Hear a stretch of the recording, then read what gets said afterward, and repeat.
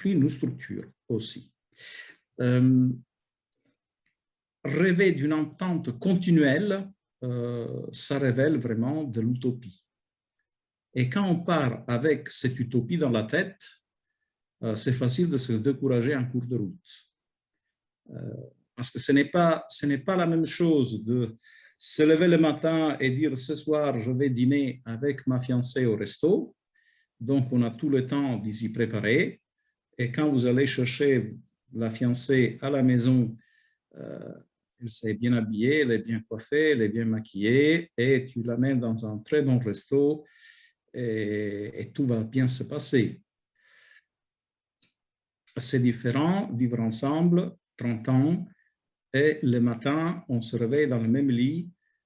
Quand on se réveille, on n'est pas maquillé, on n'est pas coiffé, on n'est pas lavé, et des fois, pour se reconnaître, on a besoin de regarder les papiers d'identité. Ce n'est pas la même chose, ce n'est pas la même situation. Donc, voilà, il faut tenir compte de cet aspect-là. Et je sais que c'est difficile, comme l'a été pour moi, très difficile à intégrer, surtout quand on est jeune. Je rappelle, pour ceux qui ne me connaissent pas, que je me suis fiancé avec mon épouse à 18 ans et je me suis marié à 21.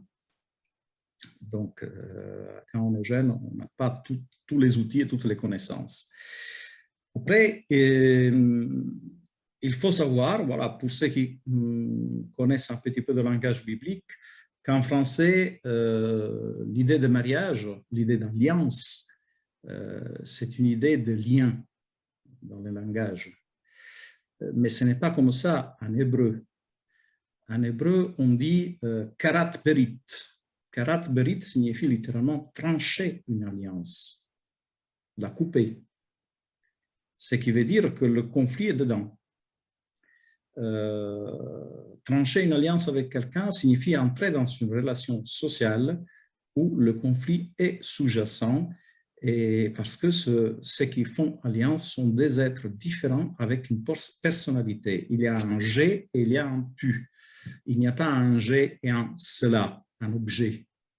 Et donc, quand il y a deux personnalités équilibrées l'une en face de l'autre, c'est clair qu'il y a aussi des moments d'opposition, de conflit, etc.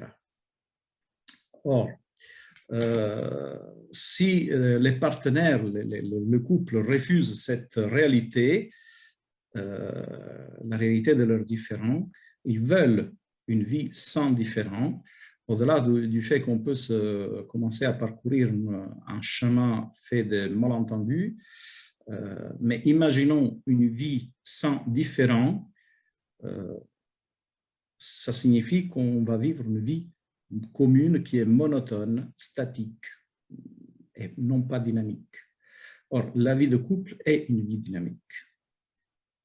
Quand on se marie comme moi à 21 ans, on a une idée, on a des besoins, on a une vision des choses.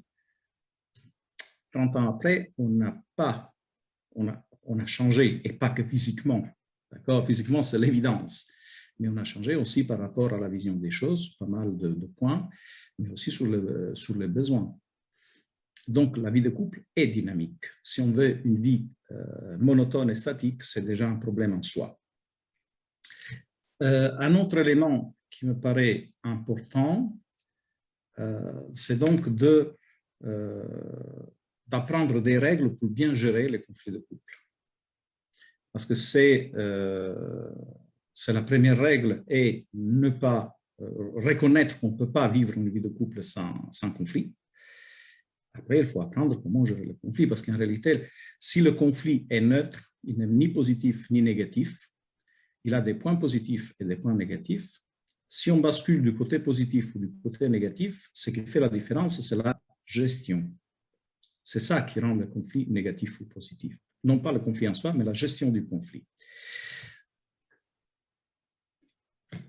Alors, les ménages sans conflit, un des éléments négatifs auxquels il faut faire attention, je ne vais pas le dire tout, parce que là, c'est un autre sujet, mais dans les aspects négatifs d'un conflit ou dans une négation du conflit, il y a le fait que quand on parle de couple sans conflit, souvent, on parle de couple où il y a une relation dominante-dominée.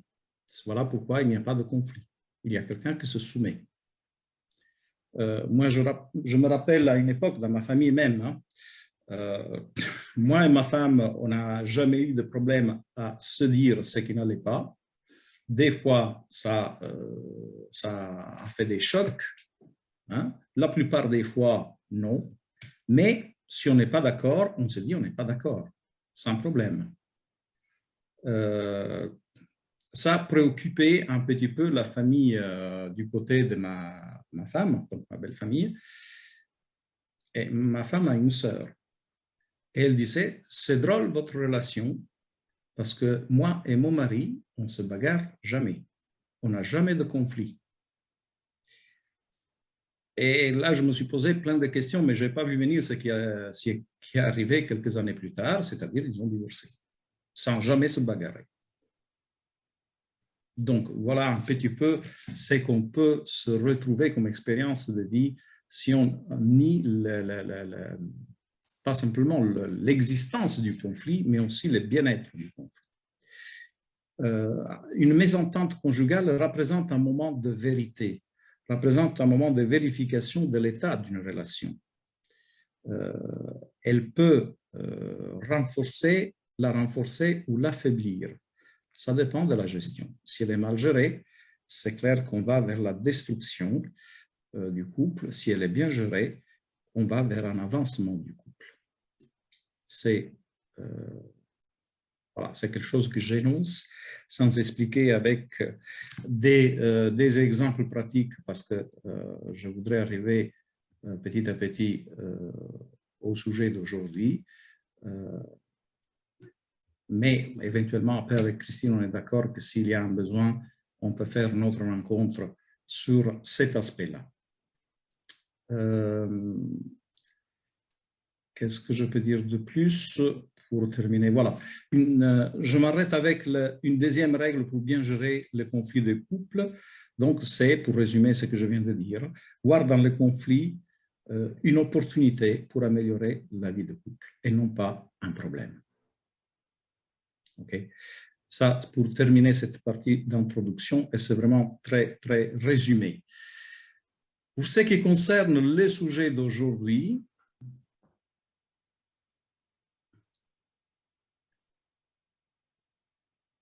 donc, comment gérer un conflit de couple? Alors, disons que nous, les humains, on a, face à un conflit, on a 5 manières de gérer. 5 manières. Alors, je vais les nommer et après, je vais les expliquer un petit peu point par point.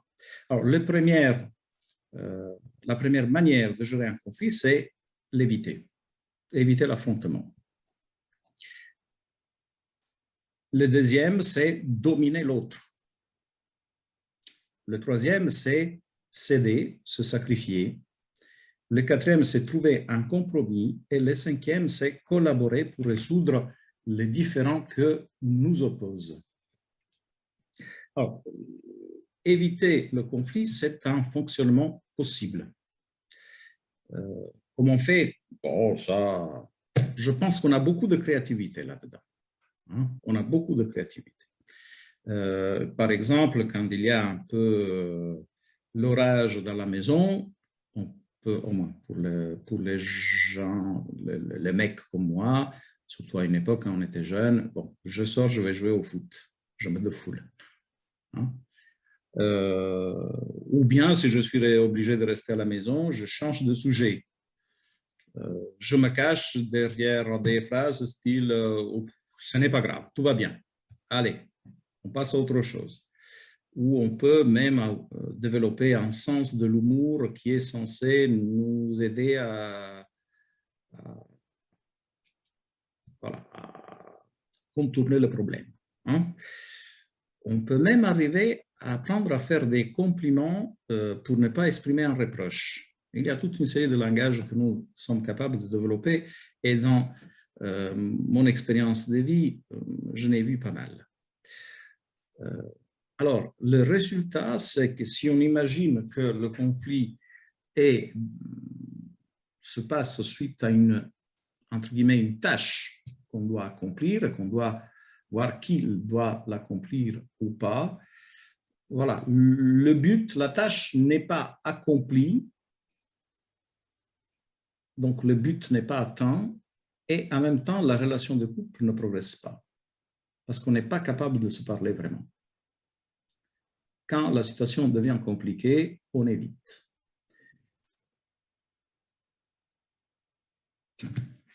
Alors, est-ce que c'est une mauvaise chose?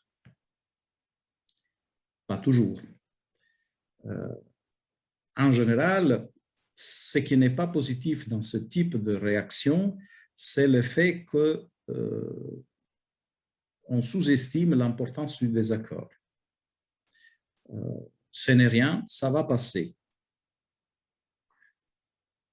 Donc, on n'arrive pas à trouver une solution au problème parce qu'on a peur, la relation conjugale peut en souffrir, et ce qu'on espère, c'est que la difficulté va disparaître toute seule. Parfois, c'est bien. C'est bien simplement si le problème en soi est négligeable. Si ça considère ça, si le problème est en réalité des bricoles, hein, ce n'est pas des choses importantes. Et ce n'est pas important pour les deux. Alors, dans ce cas-là, oui, éviter le conflit pour rien du tout, ça pourrait être même positif. S'il y a des problèmes plus urgents, par exemple, donc on n'a pas le temps de se focaliser sur le sujet en cours. C'est positif quand les risques de confrontation immédiate sont plus élevés que les bénéfices éventuels. C'est positif si bouter en touche nous permet de prendre du recul et se placer dans une perspective différente. C'est positif si ça nous permet de prendre le temps de chercher une meilleure solution et d'examiner toutes les données bien à fond. Voilà, dans ce cas-là, c'est positif. Mais c'est prendre du temps. Avant ou après, le temps va se représenter. Donc, éviter tout le temps, ce n'est pas possible. Donc, ça a des avantages. Les avantages, c'est-à-dire ça va diminuer l'agressivité. Si je ne reste pas sur place, si j'évite, c'est clair que j'ai moins de chances de me bagarrer avec mon épouse. Ça permet d'économiser de l'énergie, parce que se bagarrer, c'est fatigant. Hein? Même crier, des fois, c'est pas de tout repos. Voilà, donc il y a une économie d'énergie, de temps, et ça permet à la situation de se passer. Ça, c'est les avantages. Les inconvénients, on est passif là-dedans. On se laisse dominer par la vie. Il y a un refus de remise en question. Dans le conflit, en réalité, je reçois un certain nombre d'informations. Quand je suis en conflit avec mon épouse me renvoie automatiquement une image de moi-même qui est peut-être différente de ce que j'ai de moi. L'écouter, ça me permet d'avancer. Si j'évite tout ça, si j'évite de me faire déranger par cette image que ma femme me renvoie et qui ne colle pas peut-être à 100% avec ce que j'ai de moi-même, je me refuse aussi de me remettre en question et de m'améliorer. L'autre élément négatif, c'est que la relation peut se détériorer. Parce que le conflit aussi, c'est le moment où chacun peut poser son insatisfaction, peut s'exprimer. Si je n'ai pas cet espace-là, je garde l'amertume, la rancœur et toute une série de sentiments, d'émotions négatives pour moi. Et ça va me travailler par la suite. Et l'autre élément négatif, c'est que d'habitude, les problèmes ne vont pas se résoudre tout seuls. Donc, le temps ne change rien. Donc, la tension va s'aggraver avant ou après. Un jour, il faudra bien affronter le conflit. Donc, voilà, vous avez un cadre de positivité et de négativité pour chaque manière de gérer le conflit. Et là, j'ai fait le tour un petit peu sur ce qui est cette première manière, c'est-à-dire d'éviter. D'accord ? Alors, après, je ne sais pas s'il y a des questions sur la chat, que c'est toi qui t'occupes de ça, Christine, tu peux m'interrompre quand tu veux et éventuellement me faire part de quelques questions qui peuvent te paraître pertinentes. D'accord? Il y a une première question déjà. Dans une relation humaine et surtout sentimentale, malheureusement, n'y a-t-il pas toujours un dominant-dominé? Non, pas toujours. C'est-à-dire, ça, c'est un système de vie qu'on choisit. S'il y a un dominant-dominé, pour moi, il y a un souci. C'est des moments qu'on peut avoir. C'est le deuxième système. Donc, effectivement, dominer l'autre, c'est une manière de gérer le conflit. Or, si à dominer est toujours le même et à être dominé est toujours le même, il y a des grandes chances que si on fait un travail ensemble, le travail soit accompli. Mais il y a aussi quelque chose qui va avec, c'est-à-dire le lien de couple va s'affaiblir. Parce que dans un lien dominant-dominé qui continue à fonctionner à 100% de cette manière et tout le temps, le dominant, d'un côté, il est valorisé, mais de l'autre côté, il n'avance pas, il ne s'améliore pas, et le dominé, par contre, il s'efface. Il n'existe plus. Et il devient une prothèse du dominant. Et donc, ni pour l'un ni pour l'autre, ce type de relation est épanouissante. Donc, on est dans un équilibre statique et non pas dans un équilibre dynamique. Il y a le chef d'entreprise et l'employé. Et non, il n'y a pas toujours ce type de relation. Ce n'est pas l'idéal.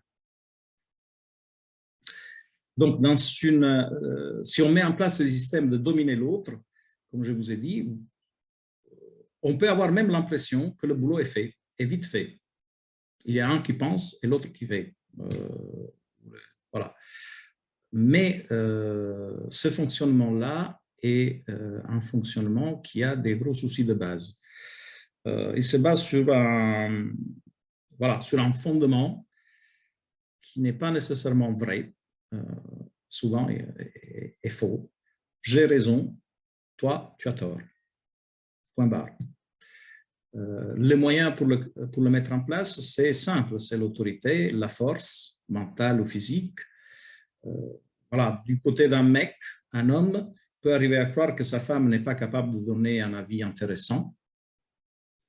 Les femmes utilisent elles aussi une coercition détournée parce que leur force, ce n'est pas nécessairement la force physique. Ils peuvent utiliser même leur fragilité apparente pour être capables d'imposer leur volonté.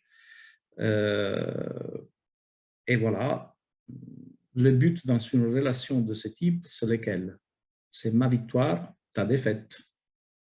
Et c'est un rapport qui est gagnant-perdant. Chacun perçoit les problèmes de son point de vue. L'accent est mis sur la solution plutôt que sur l'examen des buts, des causes, des valeurs, des objectifs. Il n'y a pas de partage en réalité. Et souvent, dans ce contexte-là, un affrontement, un conflit est perçu comme une attaque personnelle et non pas comme quelque chose de positif. D'ailleurs, c'est difficile de le voir comme positif dans ce cadre-là. Donc, les inconvénients de ce type de gestion des conflits, vous pouvez l'imaginer, voilà pourquoi c'est négatif. Celui qui est dominé tout le temps devient amer, insatisfait. Il peut devenir soit critique, soit servile, mais de toute manière, il ne se développe pas, il n'est pas heureux. Mais même l'image du dominant, à long terme, va s'affaiblir. Dans un couple, je tombe amoureux de ma femme et c'est l'amour qui m'amène vers elle. Mais du moment où ma femme me domine, son image, de mon point de vue, ne va pas être la même. Je ne vais pas la regarder comme la femme dont je suis tombé amoureux à long terme, mais comme un problème dans ma vie. Quelque chose qui m'étouffe, qui m'empêche de vivre. Donc, la relation est altérée. Altérée aussi parce que dans un couple, ce qui est important, c'est aussi la créativité. Quand on doit gérer des situations ensemble, il y a tout un espace de créativité pour résoudre ces situations ensemble. Dans une relation dominant-dominé, il n'y a aucune solution créative. Les dominants ignorent les dominés, il n'y a pas de respect, il n'y a pas de dialogue, il n'y a pas de collaboration. L'espace de créativité est fortement réduit. Et pour le dominé, c'est un appauvrissement de sa personnalité. Il est passif, il est incapable à effectuer librement des choix, à prendre des décisions. Moi, je me suis retrouvé des fois avec des couples qui fonctionnent comme ça depuis longtemps. Et à un moment donné, j'ai vécu vraiment des expériences qui étaient en même temps, entre guillemets, drôles. Mais ce n'était pas drôle du tout en réalité. Quand les dominants décèdent, le dominé est perdu. Il est incapable de décider de quoi que ce soit, de faire quoi que ce soit dans sa maison. Hein? Parce qu'il n'y a plus personne qui lui dit quoi faire et quand le faire. C'est vraiment être réduit à l'état voilà, où ta personnalité n'existe plus à quelque part. Donc, vous voyez que ce n'est pas vraiment l'idéal. Et les dominants, de son côté, dans les mêmes cas, mais à l'inverse, il est aussi perdu. Habitué à être celui qui donne les ordres, et bien maintenant, je n'ai plus personne auquel donner des ordres. Et me réorganiser un autre système de vie, ce n'est pas évident en cas de décès de mon conjoint. Donc voilà, est-ce qu'il y a des questions là qui sortent? Je te laisse faire. Oui? Non, pas pour l'instant. D'accord. Alors, la troisième manière de gérer le conflit, c'est de céder, se sacrifier. C'est-à-dire que si dans la méthode précédente, la priorité était donnée à quelque part à la tâche à accomplir. Voilà, il y a quelque chose à faire. Pour la faire bien, il faut quelqu'un qui donne des ordres et quelqu'un qui obéit. Dans cette troisième méthode, la priorité est donnée à la relation et aux besoins de l'autre. Donc, ce n'est pas voilà, la tâche qu'on fait ensemble qui est importante, c'est la relation. Mais c'est une relation qui est vécue d'une manière particulière. Je me mets au service de l'autre, je me sacrifie, je cède à l'autre. Donc, je m'accommode de ce type de fonctionnement, je me soumets, j'accepte, je renonce à ce qui sont mes désirs. Ce qui est important, c'est la demande de l'autre. Donc, c'est une autre forme de relation dominant-dominé en réalité. Et voilà, s'il y a une utilité de cette forme de gestion des conflits, l'utilité se limite à quand le sujet de la dispute a peu d'importance. Ou bien, je me sens coupable pour quelque chose, je me sens en tort pour quelque chose, donc je me soumets pour récupérer un peu. Je fais preuve de compréhension pour préserver la paix dans le mariage. Et ça a des avantages, parce qu'avec une attitude comme celle-là, pour le moment, sur le moment, la communication est préservée, l'équilibre du foyer aussi. On a le temps de prendre du recul en attendant un moment plus favorable pour résoudre les différends, mais ça a aussi des inconvénients et vous pouvez bien le voir lesquels. C'est-à-dire que celui qui a l'habitude de céder, voilà, se trouve dans une situation de victime et de perdant dans la relation. Même si des fois, surtout quand il s'agit de quelqu'un d'un croyant, il s'efforce de sublimer, de spiritualiser cette attitude, parce que se sacrifier pour l'autre, c'est comme le Christ qui s'est sacrifié sur la croix. On a des gens qui font ce type de discours. Mais la personne qui cède, qui se sacrifie, il a ses besoins qui ne sont jamais satisfaits.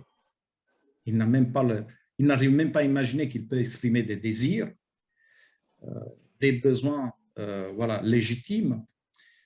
Et le résultat à long terme sur la personnalité de cette personne est l'anxiété, la frustration, le ressentiment, l'image négative de soi-même.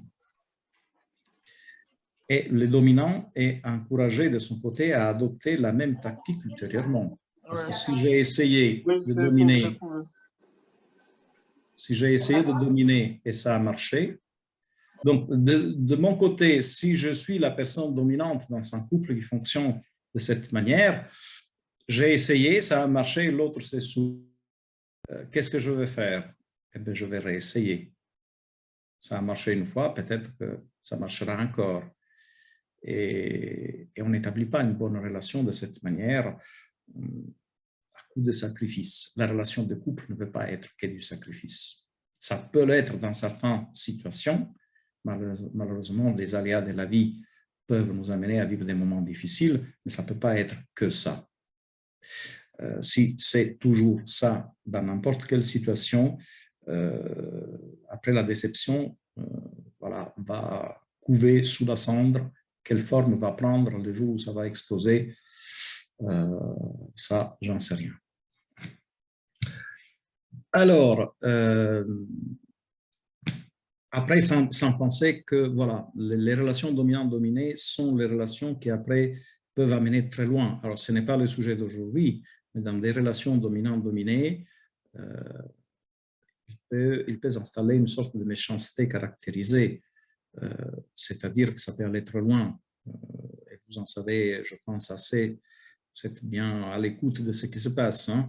Les insultes, les humiliations, l'irrespect, les menaces, la brutalité, la violence, même la violence sexuelle dans un couple. Ça peut s'installer, ça peut aller très loin. Quand je commence à considérer l'autre comme un objet, ça devient compliqué. Ou avec l'indifférence, je deviens indifférent à l'autre, complètement indifférent. Et quand on combine les deux, je suis l'appel, ça, dans les évangiles, dureté de cœur. Et dans ce cadre-là, quand on dépasse ces limites, peut-être que la séparation est la seule issue. Hein? Il n'y a plus rien à faire. Voilà. Alors, quatrième manière de gérer le conflit, c'est le compromis. Alors, quand on cherche un compromis, on a une chose à faire ensemble et on cherche un compromis. Voilà, on arrive à faire ce qu'on a décidé de faire et on trouve un équilibre en général entre la tâche à accomplir et la relation qui est plus ou moins préservée. Personne ne perd la face quand on fait un compromis. Il n'y a pas vraiment de gagnant et de perdant. C'est un arrangement, une solution que n'est ni victoire ni défaite, à quelque part, et que ne satisfait pleinement personne, mais qui ne fait perdre la face pleinement à personne. Alors, voilà, c'est une manière de gérer le conflit dans laquelle la participation de chacun est requise. Il y a une co-responsabilité et ça a une utilité, le compromis. Dans des situations où il nous faut une décision rapide, une solution rapide, voilà, trouver vite un compromis, ça permet dans certaines situations d'être extrêmement efficace si on est pris par le temps. Ou peut-être si je ne me sens pas ou on ne se sent pas tous les deux prêts à gérer un différend dans le domaine où ça se présente, voilà, le compromis pourrait permettre de prendre du temps pour réfléchir après. Si la situation est très complexe et il faut parvenir à un accord temporaire sur un point ou un autre, voilà, le compromis peut être une solution, une bonne solution. Quand l'enjeu est insignifiant, ça peut être le compromis très utile. Voilà. Il y a des avantages parce qu'à court terme, il débloque la situation, donc on a le temps de prendre du recul, on se donne une chance de voir les choses différemment. Il y a une diminution immédiate de la tension et on gagne du temps et de l'énergie, donc on n'arrive pas à la bagarre, on n'arrive pas à l'orage. Et comme je dis avant, personne n'a perdu la face sur l'essentiel. Le compromis, c'est un essai de collaboration et il possède certains aspects positifs de la collaboration. Chacun est motivé, les dialogues restent là, la difficulté est partagée, il y a de la créativité parce qu'il faut quand même trouver ensemble ce compromis, il y a de l'imagination, de l'initiative, voilà, il y a des avantages, mais il y a aussi les inconvénients. le compromis peut s'apparenter de l'évitement du conflit. Il n'y a pas un véritable approfondissement des causes réelles du différend, de ce qui se passe dans le couple. C'est une demi-mesure, une solution relative, voilà. Oui, ça porte à chacun un peu de frustration, ça pose des questions, passera quand il y aura un nouveau affrontement, qu'est-ce qu'on va faire? Voilà. L'autre inconvénient, c'est si le compromis devient une habitude, l'un ou l'autre des conjoints peut penser que l'autre est plus empressé de l'empêcher de gagner qu'à trouver réellement une solution. Parce qu'à chaque fois, on trouve un compromis pour avancer vite. Ça peut porter à des soupçons de manipulation. Hein. Si le compromis ne reste qu'au niveau de la parole et n'est pas suivi par les vécus, voilà, un malaise conjugal va peut-être se réveiller, peut-être s'aggraver. Donc voilà, ça c'est des inconvénients.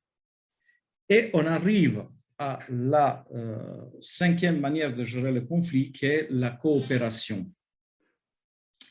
C'est-à-dire, c'est le meilleur, mais ce n'est pas non plus sans défaut, cette manière de gérer le conflit. C'est-à-dire que le couple accorde une grande importance à l'accomplissement de la tâche, mais aussi une grande importance à le fait de conserver une bonne communion. Donc, voilà, tous les aspects sont valorisés. La réflexion de base pour utiliser cette méthode part du principe que l'idée parle de l'idée, voilà, qu'un conflit est le symptôme d'un problème. Un problème qui est à résoudre et non pas une bataille à gagner. On va se consacrer, donc on va prendre le temps de le résoudre en sachant que la difficulté peut ne pas être, et souvent n'est pas, là où le choc s'est produit. Souvent, le choc, c'est juste un symptôme. Le problème se situe ailleurs. Avec ce système-là, la coopération, les époux n'ont pas le sentiment d'avoir perdu. Ça va plutôt dans la direction idéale du gagnant-gagnant. Tout le monde est gagnant. On ne détermine pas qui a tort et qui a raison. On met l'accent sur la solution d'un problème commun, sans oublier que celui-ci n'est pas l'essentiel, mais que l'essentiel, c'est la personne de mon conjoint. C'est l'autre. Je garde ça bien à l'esprit. Donc, les avantages sont évidents, c'est-à-dire l'amélioration de la relation conjugale. On se sent plus proche de l'autre parce que l'autre n'est pas mon adversaire. Je ne le considère pas en tant que tel. On s'écoute, on tient compte des besoins de l'autre, il y a confiance, il y a respect. Dans ce type de système, il y a la participation. Chacun se sent concerné par l'élaboration de la solution. Chacun écoute, reconnaissant. Il y a de la valorisation. Il y a motivation, réflexion, imagination. Et le différend est réglé de manière équitable, sans aucune imposition. Voilà. Donc, le blocage a peu de chances de se reproduire parce qu'on a une manière de gérer le conflit qui est valorisant pour tout le monde. Et l'autre avantage qui est extrêmement important dans ce cas-là, c'est que les époux comprennent que les divergences peuvent être dépassées. Donc, une fois que j'ai vécu cette expérience de coopération pour la solution d'un problème, je me sens prêt pour l'utiliser encore parce que j'ai compris qu'on peut parler, on peut être pas d'accord parce que les différences, les divergences dans notre couple, on est capable de les gérer, on est capable de les surmonter et que ces moments de dialogue suite à des conflits peuvent entraîner des changements bénéfiques pour les deux. Donc, voilà, il n'y a plus de peur. On a l'habitude de se parler, surtout quand on n'est pas d'accord. On se sent en sécurité et on se sent surtout compétent pour gérer les conflits. Donc, il y a vraiment une sorte de confiance en soi-même qui s'installe. Et pour finir, ça me permet de m'affirmer en pleine confiance, ça me permet de me découvrir moi-même, de découvrir même des capacités que je ne pensais même pas avoir, et j'arrive à mieux connaître mon conjoint de la même manière. Alors, il y a aussi des difficultés. Il y a aussi des difficultés, c'est-à-dire que la coopération est une voie difficile et exigeante. Déjà, il faut de la maturité psychologique et spirituelle. Elle requiert un changement de mentalité. Nous, on est habitués, naturellement, presque en tant qu'humains, à gérer les conflits par un rapport de force. Et ça, je le vois moi-même. Récemment, alors, je suis un fan de la science-fiction. Et une de mes séries préférées, voilà, c'était la série Star Trek, d'accord? Et ça me permet de m'évader un peu de la réalité. Mais il y a une série dans tout l'univers de Star Trek qui est extrêmement non violente. C'est la série, je ne sais pas si vous connaissez, mais c'est des choses de vieux papy probablement et vous ne connaissez pas. C'est la série Star Trek Next Generation. Et c'est dans l'univers de Star Trek, c'est la série la moins violente de toutes. Et il y a dans tous ces épisodes des situations très difficiles, des fois qui se produisent, et à chaque fois, ou presque à chaque fois, l'équipage du vaisseau Star Trek arrive à trouver une solution non violente. Même quand la tentation de résoudre le problème par la force, par l'acte militaire, semble s'imposer. Or, j'ai fait attention à ce que je ressens moi dans certaines situations. Et il y a des fois où je me dis, ben là, si j'étais moi à leur place, là, je donnerais une bonne claque à tout le monde et c'est bon, quoi. Le rapport de force, c'est la nature. Et à chaque fois, je prends une leçon parce que le capitaine arrive avec la compréhension, avec voilà, sa capacité de compréhension et d'écoute, à trouver des solutions à presque tous les problèmes. Presque tous les problèmes. Donc, malheureusement, voilà, ça nous demande, la dynamique de la coopération, ça nous demande un changement de mentalité. Sortir des sentiers battus. Et les sentiers les plus battus dans les rapports sociaux, c'est le rapport de force, malheureusement. Ça signifie aussi renoncer à user de son pouvoir. Alors, tout être humain a un grand désir de puissance sur les autres. Et il ne faut pas le nier. Nier nos problèmes nous amène à vivre des cauchemars. Nous fonctionnons de cette manière. Dans les relations sociales, si nous avons un pouvoir, nous avons tendance à l'utiliser. Nous avons ce désir de puissance. Aussi dans le couple. Pour utiliser la méthode de la coopération, il faut être suffisamment mature de dire « je renonce à utiliser mon pouvoir » pour le bien-être du couple. La difficulté, c'est aussi comprendre l'autre. Comprendre l'autre signifie être capable d'arriver à la conclusion que je ne suis pas le seul à avoir raison. Je peux avoir des raisons dans un conflit, mais pas nécessairement avoir raison. Il y a des raisons qui vont dans les deux sens. Et vous savez que les problèmes les plus difficiles à résoudre, c'est les problèmes dans lesquels tout le monde a tort et tout le monde a raison. Et là, il faut vraiment une grande capacité psychologique et une grande maturité. Il est parfois difficile de parvenir à une solution qui satisfasse chacun entièrement. Il n'y a pas... Moi, même en fédération, je dis souvent à mes collègues, dans certaines choses qu'on doit décider ensemble, quand on a fait le tour de la question et on a passé des heures et parfois des journées à discuter sur les solutions, je dis, bon, ça c'est un de ces cas dans lesquels on ne peut pas atteindre l'idéal, mais on peut faire du mieux que nous pouvons. Et le mieux que nous pouvons, parfois, ce n'est pas vraiment assez, même pas pour nous, mais c'est le mieux que nous pouvons avec nos capacités. Dans le couple, c'est la même chose. Des fois, on peut vivre des situations de difficulté dans la vie qui nous empêchent de trouver des solutions pleinement satisfaisantes pour tout le monde. Et alors, il faut faire au mieux. Il faut faire au mieux. Et il faut de la maturité pour accepter cela. Voilà. Après, la difficulté principale de la méthode de la coopération, c'est qu'elle ne convient pas à une divergence insignifiante. C'est-à-dire, si vous êtes en train de... Si votre problème, c'est de savoir qui doit aller le premier en salle de bain, ce n'est pas la méthode de la coopération qu'il faut trouver, parce que si c'est le matin avant d'aller au boulot, le temps que vous mettez en place les systèmes de la coopération, la demi-journée est passée. Et donc, vous êtes sûrement en retard pour les deux. Mais donc, quand le problème est vraiment important, la divergence est vraiment importante, la méthode de la coopération peut être effectivement la meilleure possible.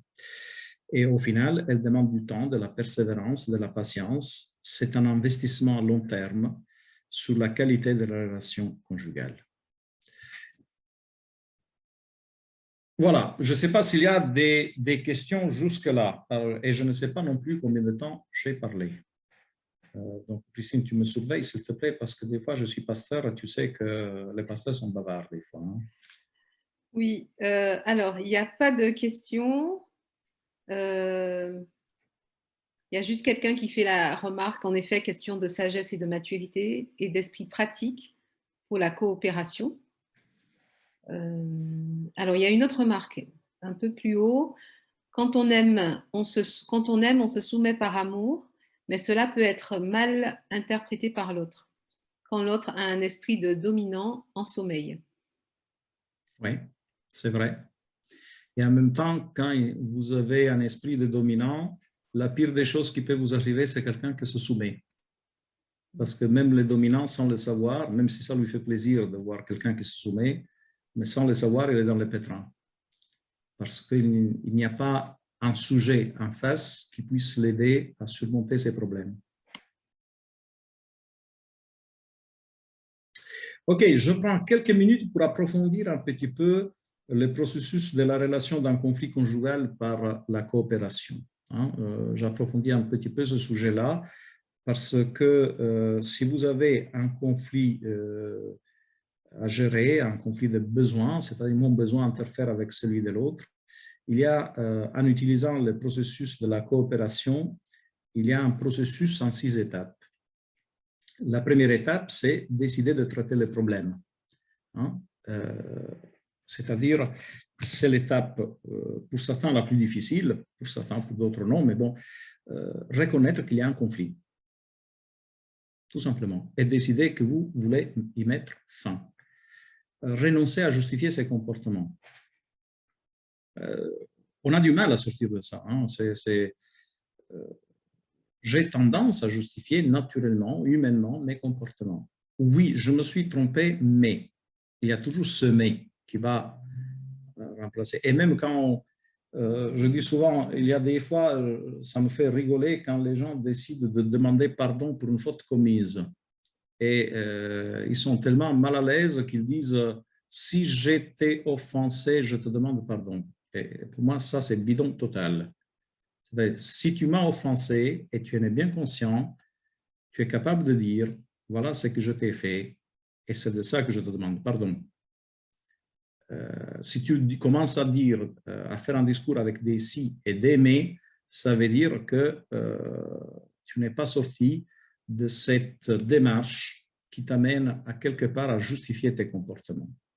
Donc voilà, décider de traiter le problème, renoncer à justifier ses comportements et voilà, arriver à être d'accord, à trouver un accord sur le fait que la solution doit être équitable pour satisfaire les besoins mutuels, s'engager à ne pas utiliser de son pouvoir et choisir tout simplement un moment où vous ne serez pas dérangé, dans lequel vous pouvez avoir tout le temps qui est nécessaire pour rechercher, évaluer des solutions et voilà, pour résoudre votre conflit à quelque part.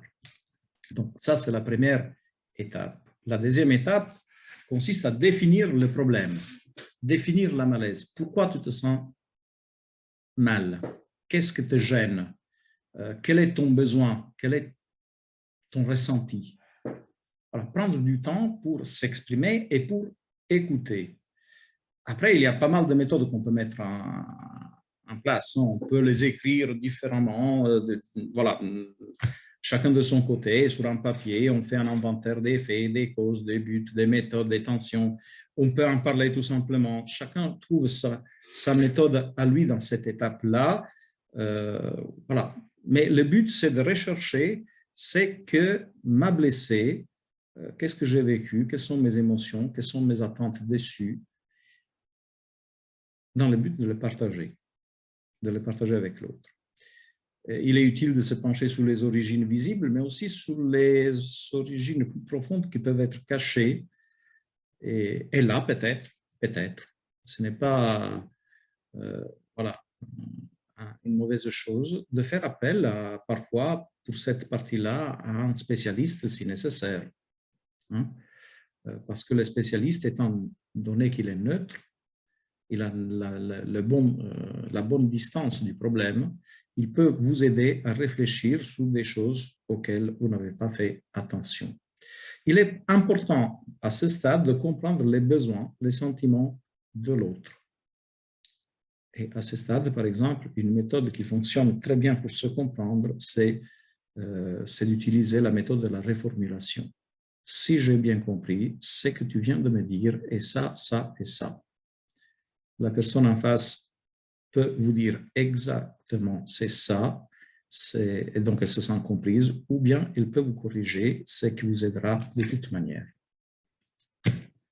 La troisième étape, c'est développer des solutions. Et ça, c'est la chose la plus géniale dans une relation de couple. C'est-à-dire vivre des moments de créativité, même si c'est pour résoudre des problèmes. C'est la chose la plus belle que vous pouvez vivre en famille. Et pas simplement dans le couple, aussi avec les enfants. Quand dans un couple, il arrive des enfants, et quand les enfants sont grands, c'est encore mieux, parce qu'il y a ces espaces de créativité font passer un stade dans la relation. Donc, la phase de la créativité signifie tout simplement que vous mettez sur la table toutes les idées qui vous viennent à l'esprit pour résoudre le problème que vous gêne en ce moment. Donc, c'est une phase tout bêtement de brainstorming. Et ça sert à quoi? Ça sert à renoncer à regarder la situation de manière rigide, mais envisager qu'il y a d'autres manières de regarder le problème et d'envisager la solution.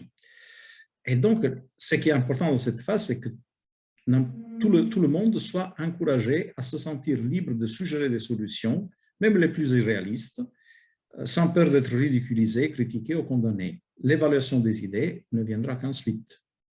Donc, c'est une phase de créativité. À ce moment-là, voilà, le couple devient, et la relation de couple devient extrêmement valorisante.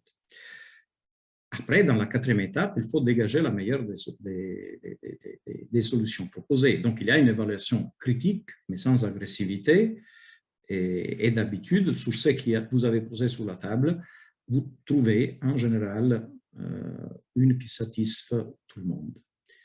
Sinon, si ce n'est pas le cas, il vaut mieux prendre du temps pour réfléchir et trier chacun de son côté plutôt que de trouver un accord bancal quelque part. Hein. Donc, il y a des fois que... mais ça, c'est un système que vous trouvez. Nous, on l'utilise désormais de manière automatique hein,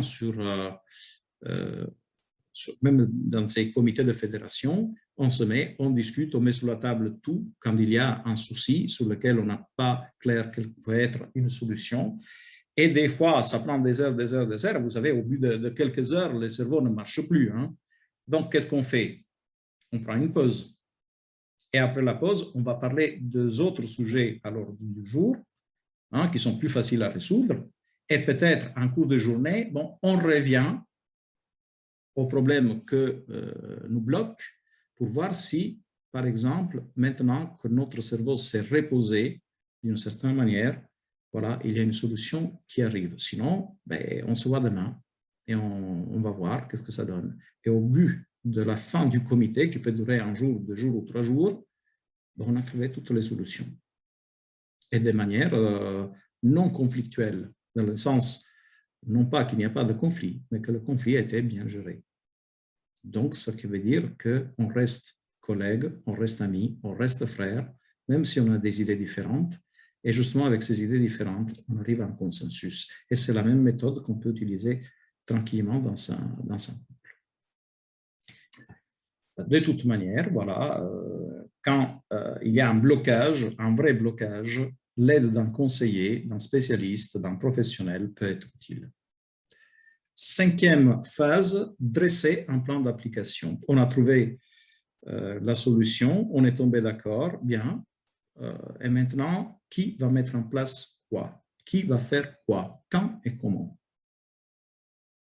On partage les tâches. 6e étape, la dernière, prendre le temps de faire voilà, une évaluation suite à ce qu'on a décidé. On a mis en place une solution, on a voilà, partagé les tâches, on a passé quelques jours en essayant de voir comment ça se passe, trouver le temps pour voir si tout le monde continue à être satisfait dans un délai très court de quelques temps, éventuellement pour modifier la solution initiale. Peut-être qu'on s'était engagé à faire quelque chose d'irréalisable ou de partiellement difficile. Voilà, on revient dessus. Est-ce que la solution est toujours valable? Est-ce qu'elle est valable en partie? Dans quel domaine peut-être ça ne va pas très, très bien? Et voilà, on peut apporter des corrections à cette solution. Et voilà, c'est tout. Rappelez-vous que dans une relation de couple et même dans la gestion d'un problème, on évolue sans cesse. Et les circonstances aussi, donc peut-être que des corrections aux solutions qu'on a trouvées sont nécessaires. Voilà, ça c'est pour ce qui concerne le sujet dans son ensemble. Après, il y a autre chose, mais ce n'est pas toujours utile de tout faire. Quand il y a trop de choses qu'on fait, peut-être on ne les fait pas trop bien. Donc, je pense que j'ai parlé suffisamment, n'est-ce pas, Christine? Alors, il est 17h15, c'est suffisamment, je ne sais pas, mais en tout cas, ce que tu as apporté, je pense que ça a pu éclairer pas mal. Est-ce qu'il y a d'autres questions? Alors ça, je ne peux pas te dire parce que je n'ai pas eu le temps de regarder les questions. Oui, oui, en fait, je me pose la question à moi-même. Donc, sur le chat, il n'y a pas d'autres questions. D'accord. Non, non. Est-ce qu'il y a des points que vous voulez clarifier encore ou Alors, rappelez juste, et ça c'est une partie que je ne peux pas faire maintenant, mais que si ça t'intéresse, on peut le faire à un autre moment. Il y a aussi des gros conflits qui viennent de nos valeurs. Chacun de nous a ses valeurs à lui. Des codes moraux, des règles, des croyances, des convictions, qui soient religieuses ou dans d'autres domaines. Et quand deux personnes se marient, ils viennent de réalités complètement différentes. Et ils ont chacun leur code, leurs valeurs, leurs croyances. Et donc, être capable d'utiliser les méthodes dont on a parlé, et surtout la dernière, dans ce domaine-là, est extrêmement important. Parce que si on part du principe que moi j'ai la vérité et l'autre non, que moi je fais les bonnes choses, même si on est tous les deux dans la même église, on peut avoir une vision différente de certaines choses. Moi, je fais tout bêtement un exemple tout bête, vraiment. Je peux être voilà, un bon adventiste, considérer que le samedi, c'est très bien pour moi d'aller prendre un café avec les amis au bar.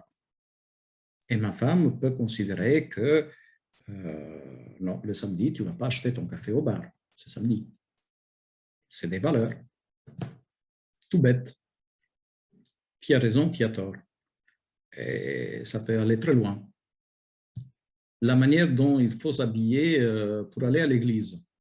Alors, je sais que dans notre contexte à Montpellier, ce n'est pas un problème très, très ressenti, mais moi, j'ai vu des personnes, bon, moi, ça ne me gêne pas personnellement, je serais très mal à l'aise de le faire moi-même, mais j'ai vu des personnes aller à l'église tout l'été en short, t-shirt et tongs le samedi matin. Je ne suis pas sûr que si cette personne est mariée avec voilà, une personne qui a d'autres valeurs dans ce domaine, ça passe très facilement. Hein. Et donc, comment trouver une entente là-dedans? Vous voyez que ce n'est pas si facile. Alors, ça dépend. Hein. Après, ça peut être des valeurs bien plus profondes que ça, que voilà, les valeurs de l'extérieur. Ça peut être aussi des visions sur des choses bien plus profondes, des valeurs, des thèmes, des croyances bien plus profondes que ça. Mais ça peut générer dans un couple des énormes conflits. Ça, je m'arrête là.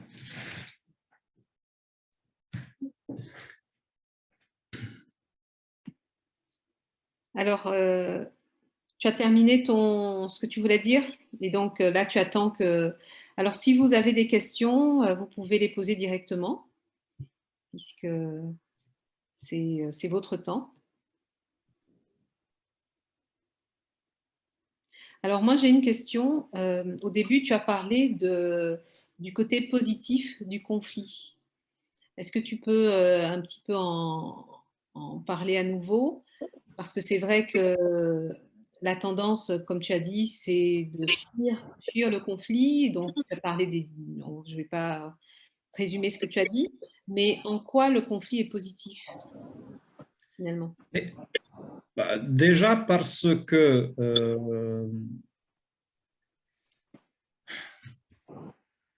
le conflit est positif, déjà parce que je l'avais dit au début, hein, c'est-à-dire déjà ça me fait prendre conscience qu'en face de moi, j'ai une personne, j'ai un sujet et pas un objet.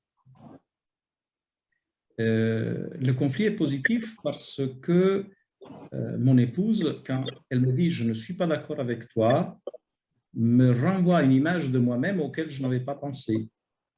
Le conflit est positif parce que si on est toujours dans l'unanimité, on risque d'aboutir au despotisme dans la famille.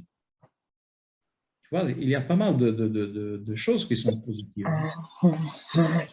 Pour moi, c'est grâce à un conflit, mais même dans les relations sociales, c'est grâce à des amis qui m'ont dit, dans tout le domaine, je ne suis pas d'accord avec toi, que j'ai appris à mieux construire un mur quand je faisais les maçons, à mieux faire un contrat d'assurance quand je travaillais dans les assurances, ou à mieux réfléchir sur mes croyances spirituelles en tant que pasteur. Un conflit est positif si c'est bien géré. Et il n'y a pas que ça. Donc, il y a plusieurs choses, mais comme tu sais, là, il y a tout un autre sujet qu'éventuellement on fera une autre fois. D'accord, merci. Le conflit me titille à quelque part, me pousse à aller plus loin. Mm-hmm. Sinon, je reste dans une zone de confort à quelque part. Hein. Donc, le conflit pousse à exprimer ses valeurs. Tu as parlé de valeurs tout à l'heure, ses valeurs et ses besoins, et à écouter les valeurs et les besoins de l'autre. On peut dire ça comme ça? Oui. De façon. Alors, il y a une question. Est-il possible d'éviter les conflits? Oui, c'est possible. Ça suffit d'utiliser la méthode de l'évitement. Après, par contre, à long terme, ça va, excusez-moi le mot, ça va péter. Parce qu'à long terme, ça ne tiendra pas. C'était une vie sans conflit, c'est impossible. En réalité, c'est comme ça. Comme j'ai dit, on peut les gérer bien ou les gérer mal, mais sans conflit, ce n'est même pas souhaitable, en réalité. Même bibliquement, si vous allez voir l'histoire de l'Église dans le Nouveau Testament ou l'histoire du peuple d'Israël dans l'Ancien Testament, sans des situations de conflit, ils n'auraient pas pu évoluer dans la bonne direction.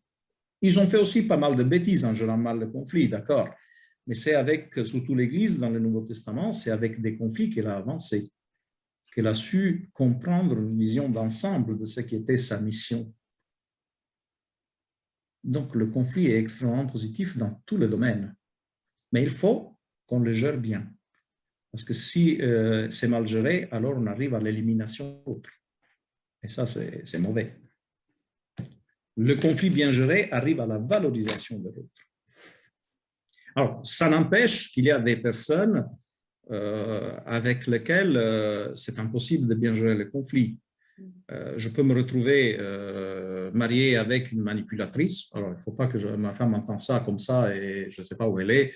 Après, elle va dire, elle va penser que je dise du mal d'elle. Et après, ce soir, je vais passer par un gros moment de conflit. Mais je veux dire, si je me marie avec une personne qui, pour X raison, est ou devient manipulatrice en cours de route, et malgré, j'utilise les bonnes méthodes, elle n'a rien à faire de mes conseils, des besoins que j'exprime correctement, et donc de la bonne gestion du conflit que j'essaie de mettre en place, ben, ça devient compliqué. C'est pour ça qu'il y a des situations conjugales où la séparation, le divorce, c'est la seule issue. Alors, je me garde, souvent j'entends dire, oui, mais de toute manière, quand il y a un couple qui divorce, le tort, la faute est toujours partagée. Non, ce n'est pas vrai. Il y a des fois que oui, est partagé, pourcentage, après, c'est qui va définir le pourcentage, ça il faut me l'expliquer, mais bon, oui, il y a des situations dans lesquelles la faute est partagée, mais il y a des situations où non, la faute n'est pas partagée. Il y a un coupable et il y a un innocent.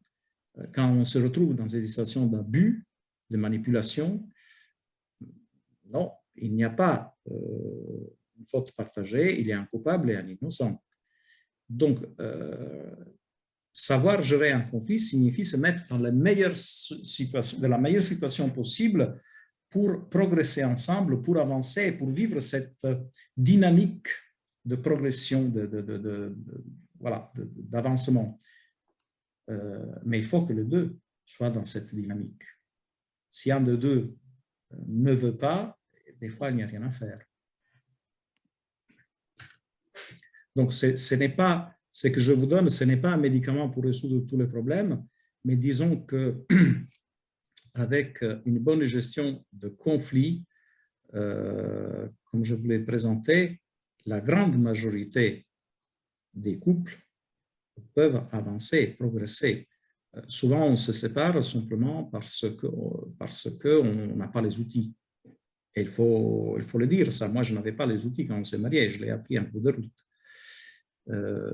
Mais il y a aussi une partie des situations qui ne peuvent pas être résolues parce que l'un ou l'autre ou les deux n'en veulent pas, tout simplement. Merci. Alors, il y avait Benaja qui levait la main, mais je pense qu'il a dû s'absenter. Alors, il y a une autre question. Comment faire face à quelqu'un dans une relation qui prend automatiquement la méthode de la fuite face à un conflit? Et l'autre question, est-il possible d'éviter les conflits? Donc, ça, j'ai déjà posé. Donc, voilà. Comment faire face à quelqu'un dans une relation qui prend automatiquement la méthode de la fuite face à un conflit? Eh bien, il faut travailler dessus dans le sens qu'il faut trouver la manière de présenter à la personne, d'une manière ou de l'autre, d'exprimer son besoin de dialogue, de partage et d'affrontement du conflit. Ça, c'est aussi une des situations, c'est-à-dire si la personne, par son héritage, en termes de vécu de vie, voilà, familial ou social, ou je ne sais pas, est habitué à gérer les conflits de cette manière, la meilleure des choses, c'est voilà, de résoudre ce type de soucis avant le mariage. Parce qu'après, c'est toujours plus difficile. Mais de toute manière, voilà, trouver la manière, la méthode pour présenter son propre besoin. Et ne pas avoir peur de se faire aider. Quand on se retrouve face à un mur, une solution, c'est de dire, écoute, moi, je pense qu'on a un problème, je pense qu'on a besoin d'aide. Est-ce que ça te va? Normalement, surtout avec les mecs, c'est difficile. Les hommes ont plus de mal à se faire aider par un professionnel, d'accord? Mais même quand l'autre refuse, j'irai moi-même tout seul me faire aider. Parce que de toute manière, on est liés l'un à l'autre dans le couple. Et si un de deux bouge, l'autre, même si plus doucement, plus lentement, il va bouger aussi. Donc, se faire aider par quelqu'un qui maintient la juste distance et qui a une bonne vision des choses, signifie que j'arrive à progresser. Automatiquement, j'aurai des outils pour aider l'autre à progresser. Et si l'autre vraiment ne veut pas progresser, ben alors là, ça devient difficile, effectivement. Je ne peux pas obliger l'autre à faire ce que je veux, mais je ne peux pas me permettre plus de gâcher ma vie avec elle, avec lui. Donc voilà, il faut envisager un peu toutes les choses. C'est pour ça que je dis que un certain travail de ce type, c'est mieux de le faire avant. Mais je sais aussi que la réalité des choses, la réalité de la vie nous amène souvent à affronter ce type de problématiques après le mariage. Ce n'est pas l'idéal, mais c'est la réalité. Alors, Benaja, tu peux t'exprimer, vas-y. Oui, merci beaucoup. Bonsoir à tous. Et merci au Seigneur pour le programme, mais merci pour le programme également de l'avoir organisé. Il y a un point il y a une question qui a été posée, c'était concernant est-ce que c'est possible d'éviter les conflits. Effectivement, on ne peut pas éviter le fait qu'il y ait des conflits. Jésus lui-même disait, en fait, en parlant d'autres choses encore, mais disant qu'il y a toujours des situations difficiles, il a dit lui-même que concernant les scandales, qu'il y en a toujours. Donc, pour aller voir pour les choses qui sont moindres, elles existent aussi. Le point, c'est que je comprends de mon côté, en fait, c'est qu'il y a possibilité d'éviter certains conflits, comme si lié à la parole donnée, par exemple, et la manière d'organiser les choses, de faire preuve de bonne foi, de ne pas laisser traîner ses affaires. Enfin bon, je parle de choses basiques, logiques, qui font qu'on comprend déjà que c'est quelque chose qui n'est pas bon d'être fait. Alors, s'engager dans cette voie, c'est forcément créer des conflits inutiles qui n'ont pas de raison d'être. Après, sur des points de vie importants sur lesquels il est nécessaire de pouvoir trouver des solutions, de pouvoir affronter le problème ensemble, c'est vrai que là, effectivement, ça demande d'être, comment dire ça, la maturité nécessaire. Et même plus que ça, je suis heureux de savoir en tant que chrétien qu'il y a le Saint-Esprit qui est là pour m'aider pour ça. Je nie pas l'esprit de l'autre, l'autre ne nie pas mon esprit. Et en fait, je ne sais pas comment traduire ça exactement, mais c'est comme une sorte d'intuition par moment. Certaines choses vont fonctionner ou pas. Et c'est un peu progressif, en fait, pour petit à petit, et on n'a pas toujours ces informations au début. C'est comme pour la manière de gérer les conflits, ceux qui fuient, ceux qui vont à l'affrontement. Tout n'est pas toujours vu, enfin, tout n'est pas toujours su, voilà, au départ. Certains sont mariés avant d'avoir notion de ces choses. C'est pourquoi je suis content, pasteur, que vous dites que c'est vraiment capital de voir ça avant, d'être mise en situation avant d'avoir affaire à gérer des choses, de l'importance de la communication et du temps passé ensemble pour voir comment l'un et l'autre réagit. C'est pas se juger de l'autre, faire une fiche d'évaluation de l'autre, mais c'est chercher à comprendre quelle est la suite qui serait possible à l'histoire présente. Donc, ça amène à s'accepter de se faire aider aussi. Je trouve dommage que, malheureusement, en ce qui concerne les hommes, il nous est pas souvent appris déjà petit qu'être homme, c'est apprendre à se dire, apprendre à accepter sa force, accepter sa faiblesse aussi. Et faiblesse ne signifie pas être incapable, ça signifie que je suis humain, que je ne peux pas tout, d'où la raison pour laquelle nous vivons en société et en couple également pour certains d'entre nous, qui fait que mon rapport à l'autre, sociétal ou en termes de couple, signifie que j'ai besoin du regard de l'autre, et j'ai besoin de recevoir son aide, son écoute, son appréciation, tout comme l'autre a besoin de ce qui vient de moi aussi. Voilà. Merci. Donc, si j'ai bien compris, tout à fait d'accord avec ta réflexion, mais tu voudrais savoir si certains conflits mineurs, on peut les éviter quelque part, on peut s'en passer. En fait, je pense que oui. Ce qui me concerne, je pense que oui. Laisser traîner ses affaires, je dis, bon, écoute, quand même, là, c'est limite. Hein. Il faut quand même faire attention pour éviter que ça crée une difficulté qui n'a pas de raison d'être si je fais un peu attention. Oui, c'est possible, mais il faut se mettre d'accord. D'une certaine manière, il faut le... Alors, je fais un exemple sur moi, d'accord alors, moi, j'ai mon bureau. Ma femme, quand elle fait le ménage à la maison, voilà, elle avait l'habitude de faire le ménage aussi dans mon bureau. Ce qui ne me dérange pas, même si elle me rend service. Il n'y a pas de problème. Maintenant, le problème, c'est que j'ai ma manière de ranger mes affaires. Parfois, j'avoue que ma manière, c'est un peu chaotique. Mais mon matériel, je le trouve parce que j'ai ma méthode. Donc, si ma femme vient faire le ménage dans mon bureau, automatiquement, je ne trouve plus rien. Alors ça, c'est typique du mec, hein, mais bon, c'est comme ça. Donc, au final, je me trouvais régulièrement en grosse difficulté à chaque fois que je mettais la main dans mon bureau. Et alors, je lui ai exprimé mon problème. Je lui ai dit, écoute, je souhaiterais que tu ne fasses pas le ménage dans mon bureau. Oui, mais c'est désordre, il y a des choses qu'on peut faire. Je comprends, tu as raison. Mais j'ai besoin que mon système soit en place, parce que quand j'ai besoin de quelque chose, j'ai besoin de le trouver. Oui, c'est un désordre individuel organisé. Tu as bien défini les choses, d'accord? Donc, je dis, il faut trouver, j'ai besoin que mon bureau soit zone neutre. C'est comme l'ambassade de France en Italie. Il ne faut pas y toucher. Les Italiens n'ont pas le droit d'y entrer. Donc, s'il te plaît, voilà. Et elle a accepté, et c'est aujourd'hui une raison pour rigoler. À chaque fois qu'elle me voit dans mon bureau et qu'elle voit voilà, comme je bosse, elle me fait la blague. Demain, je viens faire le ménage. Je dis, tu viens faire le ménage, je mets des bombes à l'entrée de la porte, tu vas voir. D'accord? Et ça termine en rigolade. On l'a évité, le conflit, on l'a juste géré. C'est un problème mineur. De la même manière, j'ai ma manière de, si je dois ranger un placard, j'ai ma manière de ranger un placard. Et ma femme a sa manière. C'est qui va ranger le placard dans la maison? Si c'est mon placard, c'est plutôt moi. Si c'est son placard, c'est plutôt elle. Tout simplement, j'accepte que son placard est rangé comme elle le souhaite et mon placard est rangé comme je le souhaite. Tout simplement, ça vient tout seul. Est-ce qu'on l'a évité, le conflit, ou on l'a bien géré?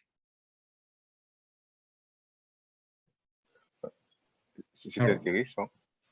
C'est rien que ça. C'est rien que ça. En réalité, pour moi, ça, c'est une bonne gestion des conflits parce que ça nous permet de rigoler ensemble, d'être ensemble, de se valoriser ensemble. Et chacun a exprimé un besoin et l'autre n'a tenu compte, tout simplement.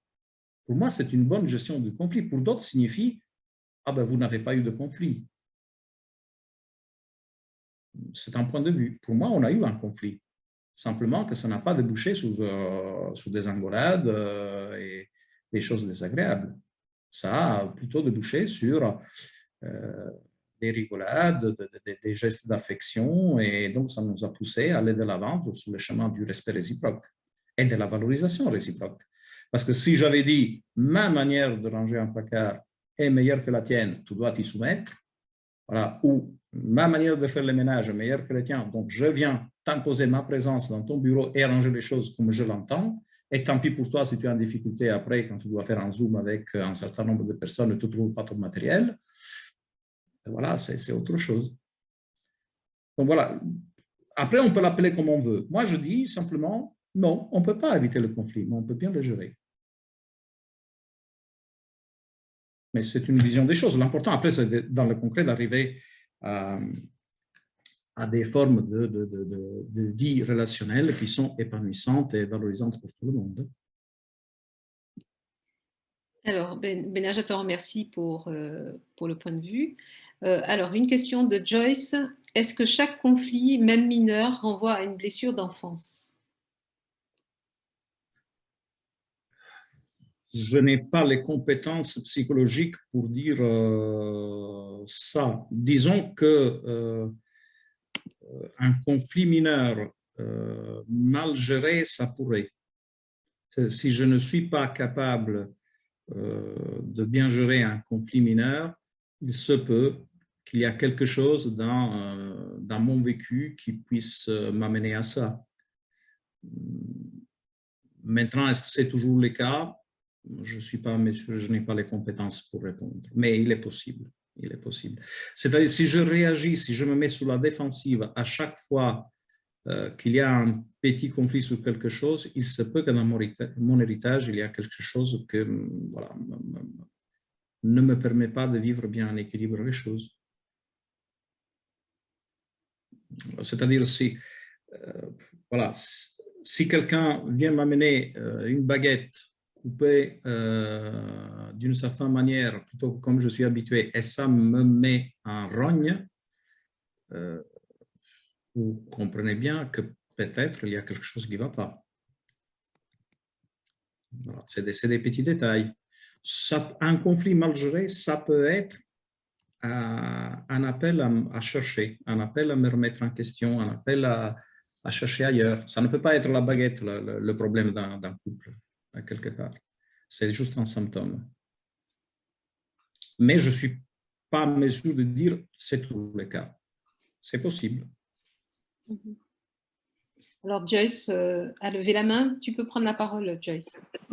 Non, c'était juste, non, mais il a répondu qu'il ne le savait pas. C'était juste pour approfondir la question, à savoir si on doit toujours s'interroger quand un conflit est répétitif. Comme vous l'avez dit, ça peut renvoyer à une blessure d'enfance, à un point qu'on n'a pas réglé dans notre vie. Alors, si la question c'est sur la blessure d'enfance, je répète, c'est possible, mais je n'ai pas la compétence pour dire c'est à 100% ça. Mais si un problème est répétitif, forcément, il y a une blessure. Et peut-être ce n'est pas nécessairement de l'enfance. Oui, j'entends bien. Ça pourrait venir à un autre moment de la vie. Pas nécessairement c'est papa et maman, ça pourrait être un ami. Vous comprenez ce que je veux dire? Mais non, il est possible.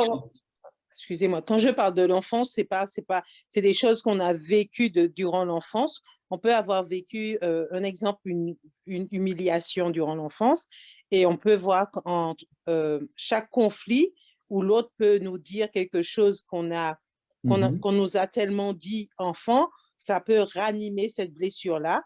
Et chaque fois, on nous dit peut-être pour le conjoint ou l'autre, comme je suis en interaction, elle va me dire ça, cette personne, pourtant c'est anodin, mais chez moi, la résonance est plus forte. C'est dans ce sens-là. C'est pas forcément toujours lié aux parents, ça peut être aux autorités, qu'elles soient éducatives ou spirituelles, mais ça peut être des blessures qui peuvent être de l'enfance, de l'ordre de l'enfance, des choses qu'on pense que peut-être on a grandi et qui ne nous affectent pas, et on se rend compte qu'en étant adulte, il suffit qu'on appuie sur ce bouton pour que ça réveille ces blessures qu'on pensait avoir déjà gérées parfois. Alors, pour mon expérience, je peux répondre, c'est souvent le cas, mais je n'ai pas les compétences psychologiques pour dire que c'est toujours le cas. Je ne peux pas être formel là-dessus, mais c'est souvent le cas. Alors, il y a Toluloup qui disait qu'il est important qu'il y ait eu des actions des actions prises après le dialogue. Alors, Tine, j'arrive pas je ne saurais pas dire ta question. Est-ce que tu veux l'exprimer directement? Parce que je ne comprends pas bien ce que tu as voulu exprimer.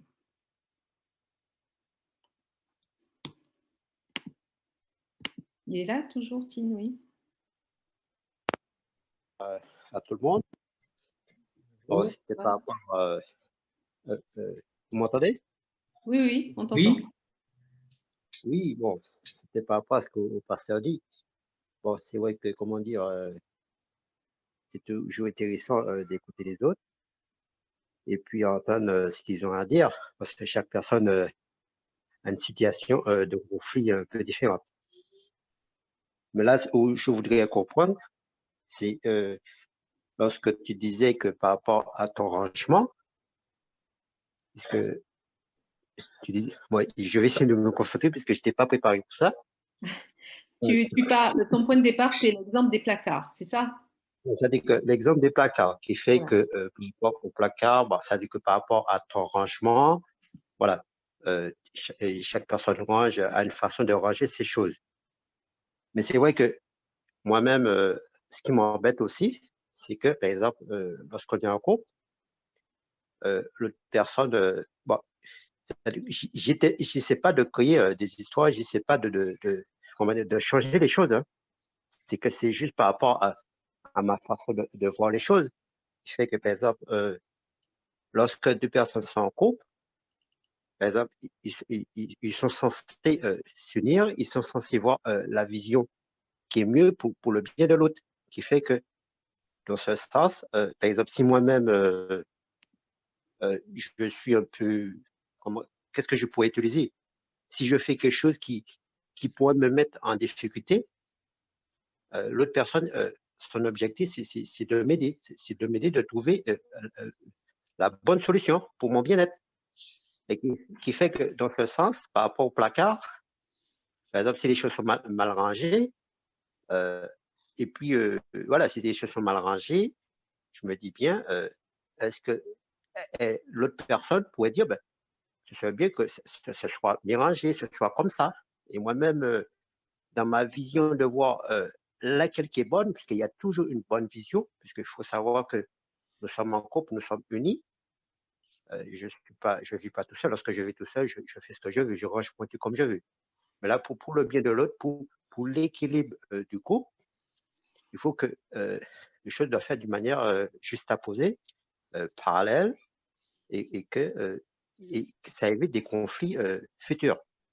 C'est tant que il y a des positions différentes, ça peut être aujourd'hui, si ça continue à long terme, forcément, ça va créer des sources de conflits. Ce qui fait que s'il y a une chose qui est mal vue, qui peut-être qui est mal positionnée, comme je le dis, nous sommes en couple, il y a la communication, l'autre personne voit que c'est faire mieux, ou bien ces choses qui sont là, il faut que tu les arranges.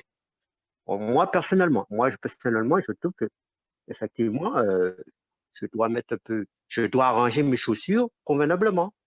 C'est-à-dire que faire ce qui est nécessaire pour qu'il y ait une harmonisation pour le bien de l'autre. Voilà. C'est comme si nous sommes sur la même longueur d'onde et il y a une ligne, voilà, ça veut dire que tous les deux personnes marchent sur la même ligne.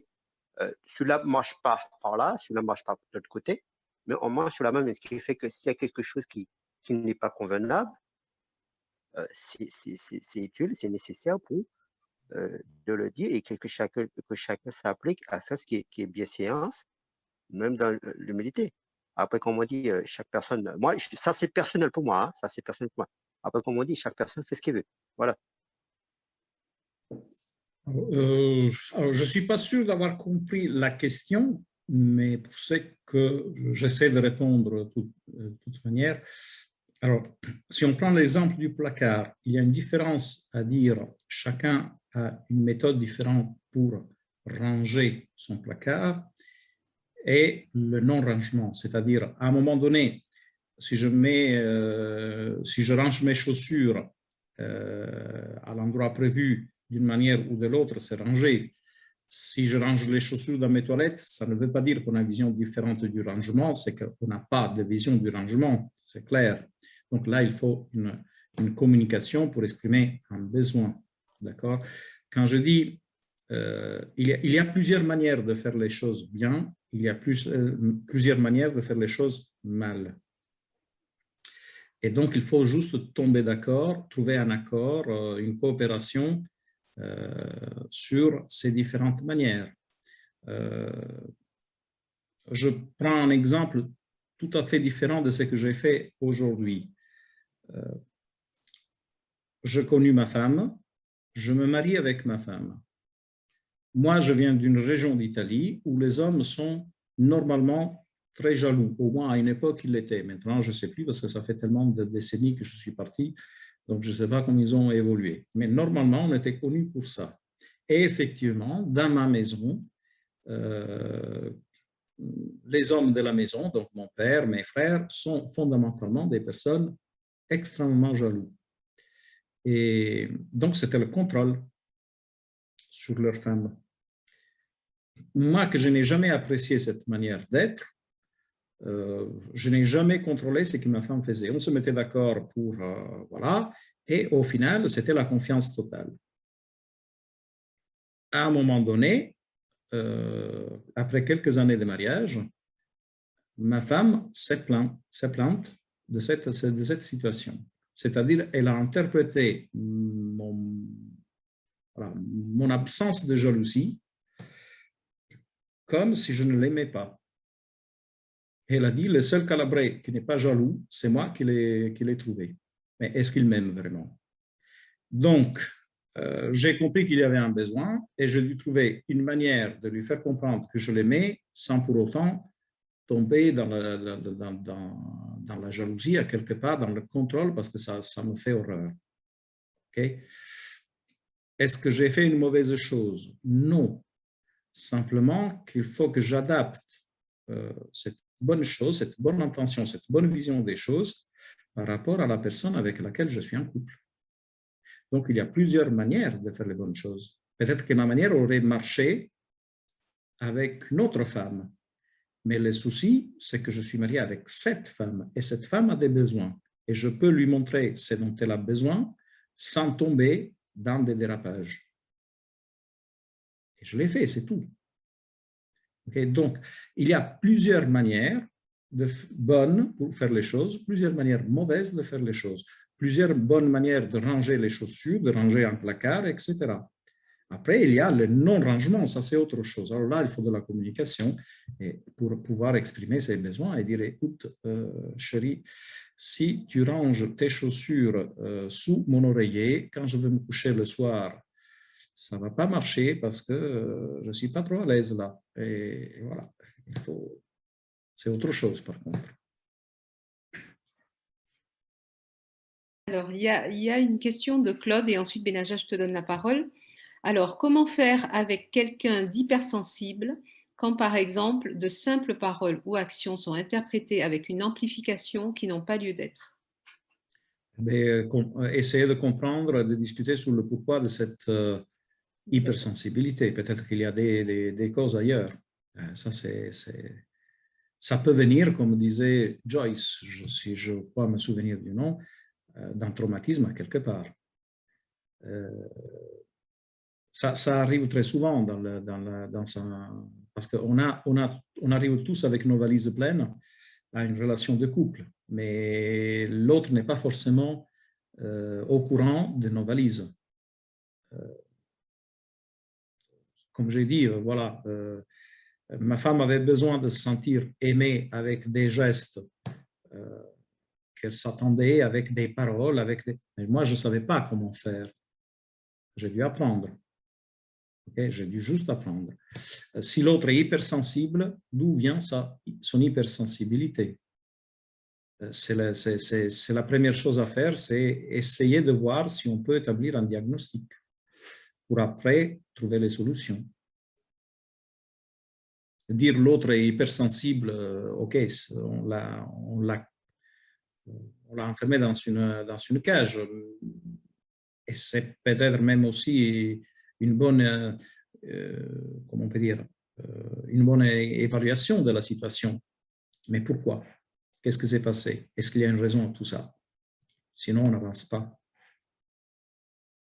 Est-ce qu'on peut parler avec la personne et dire, écoute, quand je dis ça, je comprends que ça te blesse. Maintenant, ce n'est pas mon intention de te blesser, c'est tout à fait le contraire. Je voudrais aller. Alors, est-ce que c'est moi, est-ce que c'est mon langage que je dois changer ou il y a peut-être chez toi quelque chose que je n'ai pas compris? Est-ce que tu pourrais m'expliquer pourquoi ça te blesse? Si je t'offre une glace et ça te met en rogne, je voudrais comprendre pourquoi. Normalement, quand j'offre une glace à quelqu'un, on me remercie. Donc, qu'est-ce qui se passe? Établir un bon diagnostic, c'est fondamental. Benaja, tu peux prendre la parole. Oui, merci beaucoup. Et c'est vrai que si ça remet en run de recevoir une glace, ça va être chaud. C'est bon. Bon, ça va être chaud. Et pourtant, c'est froid, c'est ça qui est bizarre. Voilà. Voilà. Non, ça peut arriver. Une fois, ça m'est arrivé de payer la pizza. On est allé au resto et j'ai offert une pizza à un ami et il s'est fâché parce qu'il s'est senti dévalorisé. Il était parti, sans que je le sache, avec l'idée de m'offrir lui la pizza et s'est mis à rogner pour ça. Alors, voilà, il a fallu comprendre pourquoi. Si c'était l'inverse, ça aurait été difficile, hein, parce qu'il voulait offrir lui aussi. Donc si ça avait été offert et qu'il n'y avait pas eu du contentement en face, ça aurait été compliqué. Enfin, Ouais, mais bon. tout le monde avait la même idée au final. D'accord, merci beaucoup. Effectivement, ça fait réfléchir ces problématiques-là concernant le fait qu'il y a aussi des blessures cachées. Et ce que je trouve important également, c'est d'aller vers la guérison, déjà pour soi, et plus tard pour pouvoir favoriser la relation avec l'autre. Moins j'ai de problèmes à gérer après, et, voilà, et que l'autre va avoir à gérer avec moi, plus ce sera aisé, moins la relation sera compliquée. Parce que les choses qui dépendent de nous, en fait, et dont nous prenons acte et conscience, ça permet de fluidifier les choses après. Après, il reste plus de choses de la vie à gérer, je dirais, que de problèmes qui relèvent vraiment de nous. Et c'est un chemin difficile. Pour chacun, ça prend le temps que ça prend, et c'est juste important de s'engager dedans. En ce qui concerne le rangement, effectivement, ça m'a fait sourire l'histoire du bureau, parce que oui, je disais, je ne sais plus si c'est Einstein qui disait ça, on dit qu'un bureau encombré, c'est la preuve d'un esprit bien plein, enfin encombré, mais que penser d'un bureau vide. Est-ce que le bureau vide signifie un esprit vide aussi? Enfin bon, c'est la manière de ranger et tout. Donc. Il y a plusieurs choses peut-être à comprendre, mais bon, c'est une parenthèse. Toujours est-il que pour le rangement, c'est vrai que ça me dérangerait de voir que l'on range tout à ma place, en dehors de ma manière de m'organiser, et surtout si en fait il s'agit de l'espace, je dirais. Du personnel, ça ne veut pas dire que l'autre ne peut pas y entrer, mais un espace de vie dans lequel j'ai l'habitude de fonctionner en fait, de manière habituelle.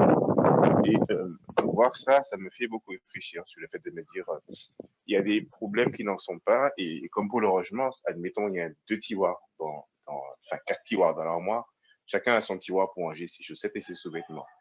Admettons que moi, je me dise, bon, homme que je suis, j'aime la logique, je vais ranger d'abord mes sous-vêtements, ensuite mes chaussettes, parce que les sous-vêtements avant, les chaussettes après, dans la manière de m'habiller. L'autre veut se dire, moi, je me sens, elle peut se dire, moi, je le sens plus différemment. Je préfère avoir mes chaussettes avant, enfin, voilà, je suis libre ou je sais pas.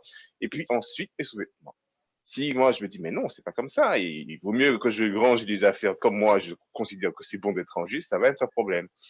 Donc, déjà parce que ce n'est pas un problème en soi, et deuxièmement parce que je vais en créer un en disant que je veux montrer à l'autre comment il faut faire. Ça, c'est juste une question. Après, pour le non-rangement, je ne pose même pas la question des chaussettes, enfin, des chaussures dans la salle de bain ou sous l'oreiller. Voilà, non. Je ne pense pas que l'inverse serait bon non plus. Une chose qui m'aide beaucoup à réfléchir, c'est de renverser parfois la situation en me disant, enfin, parfois autant que souvent que possible, en disant, si moi on me le faisait, comment je l'aurais pris? Pas bien? Ben voilà. Ça me permet en titre personnel de comprendre pas mal de choses. Oui, mais là, c'est une question de besoin. C'est des choses qui peuvent se résoudre avec un simple dialogue qui met tout le monde à l'aise pour exprimer son besoin. Et après, il n'y a que, si le besoin est légitime, il n'y a pas qu'à le respecter, c'est tout. Après, il y a d'autres conflits sur d'autres thématiques qui sont bien plus difficiles à gérer. Alors après, je vous rassure, moi, dans mon bureau, je fais entrer tout le monde. Ma femme vient souvent, quand je suis absent, travailler sur mon bureau. Mais maintenant, elle a pris l'habitude de laisser les choses telles qu'elle les trouve, parce qu'elle sait que sinon, je suis perdu.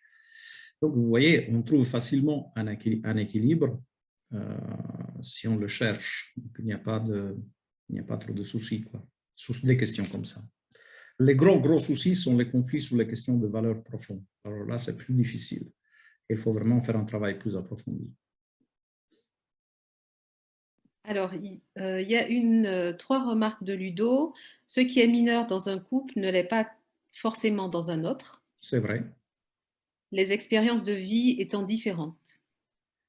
Ensuite, mais ça n'empêche que ce soit mineur ou majeur, les méthodes qu'on a à disposition pour résoudre, elles sont les mêmes. L'origine ou la cause d'un conflit répétitif peut n'avoir aucun rapport avec le conflit lui-même.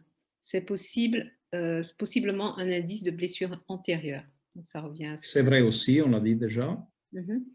Dans les exemples donnés, les conflits dits évités ne le sont pas vraiment selon moi, mais c'est la récurrence de cas même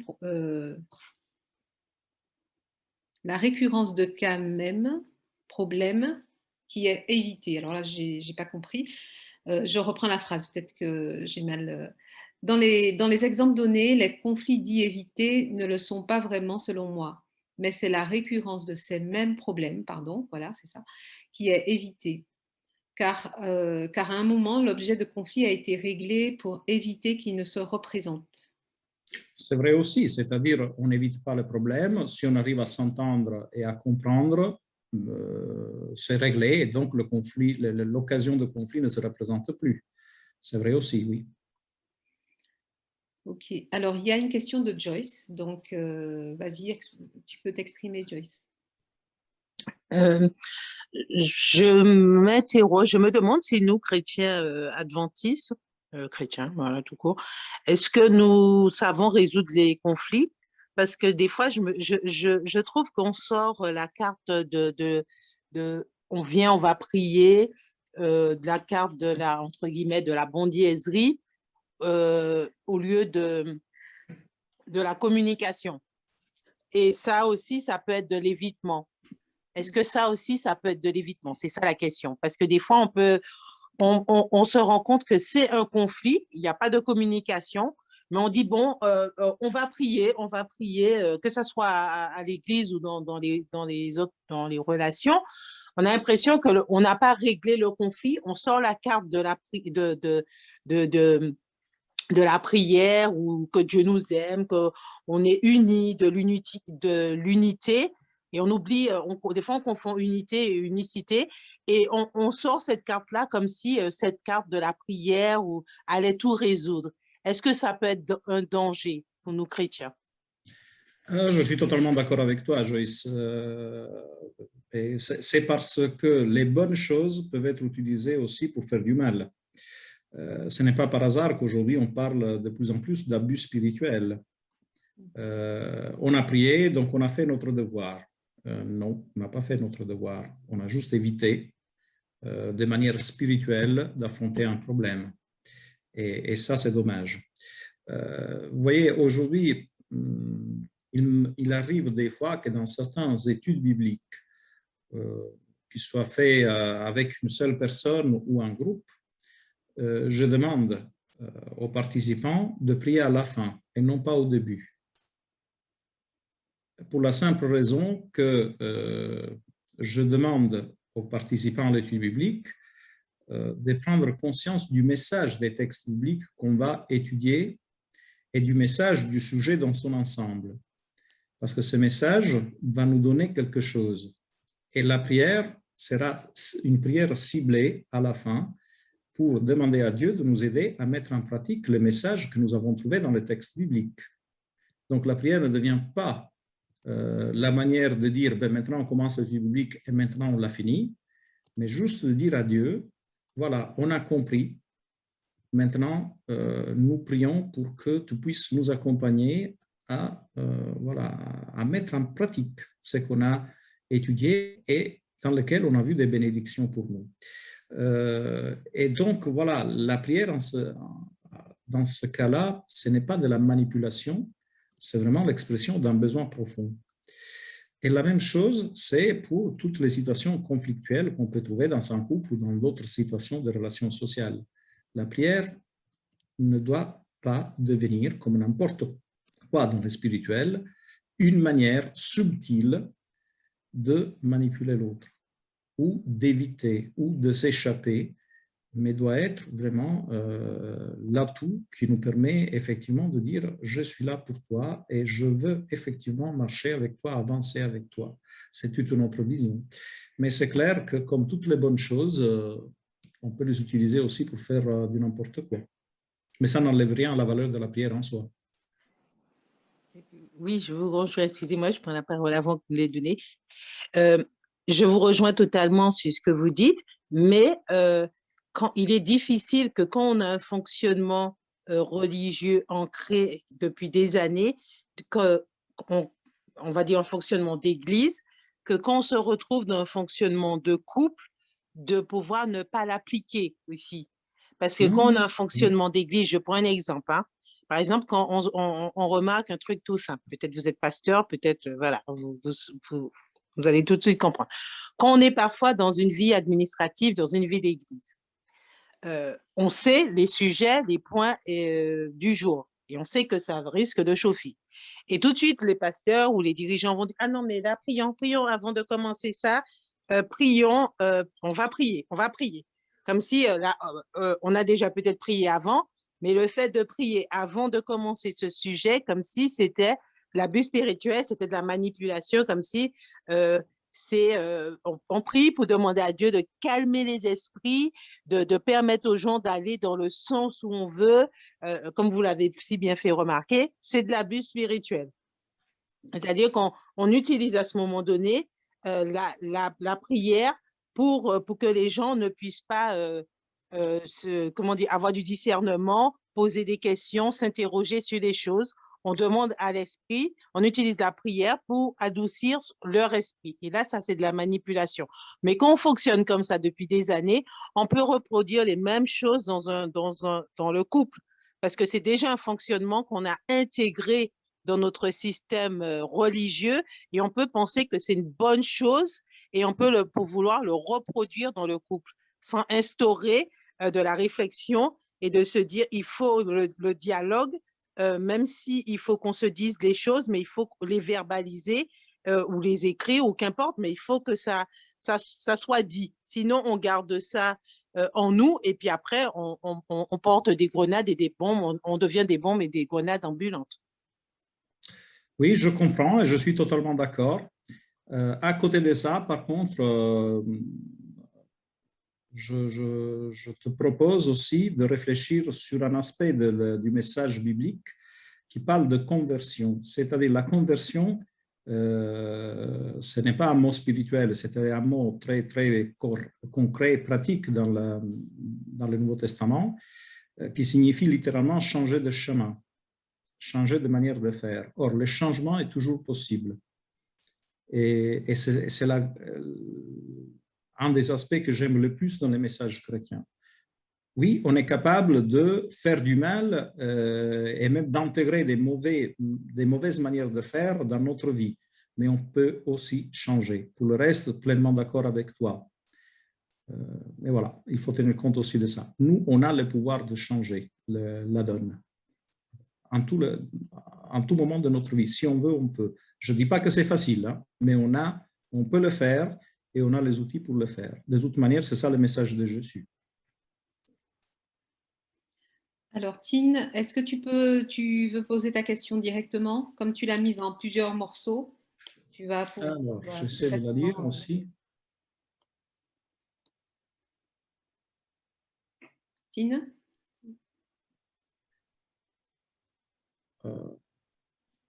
Vas-y, on t'écoute.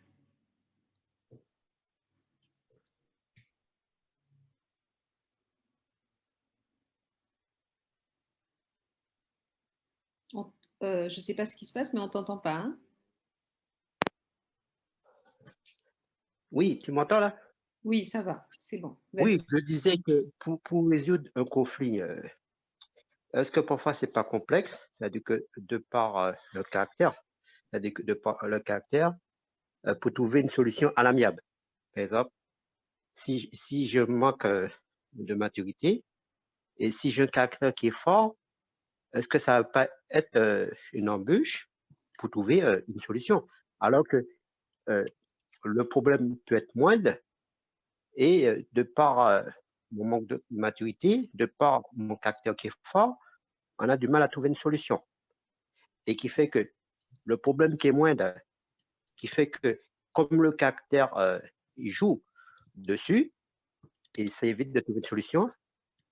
Dans le cas où il y a un problème qui est énorme, comment je ferais pour trouver une solution? Puisque j'ai un problème de caractère qui comment dire, qui crée une solution, qui crée pas de solution.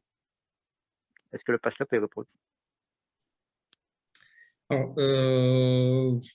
oui, il y a. Alors, que j'ai un bon caractère, que j'ai plein de difficultés à trouver des solutions pour X raisons, ça, c'est l'humain. D'accord? Maintenant, il y a une règle que nous, les pasteurs, connaissons très bien.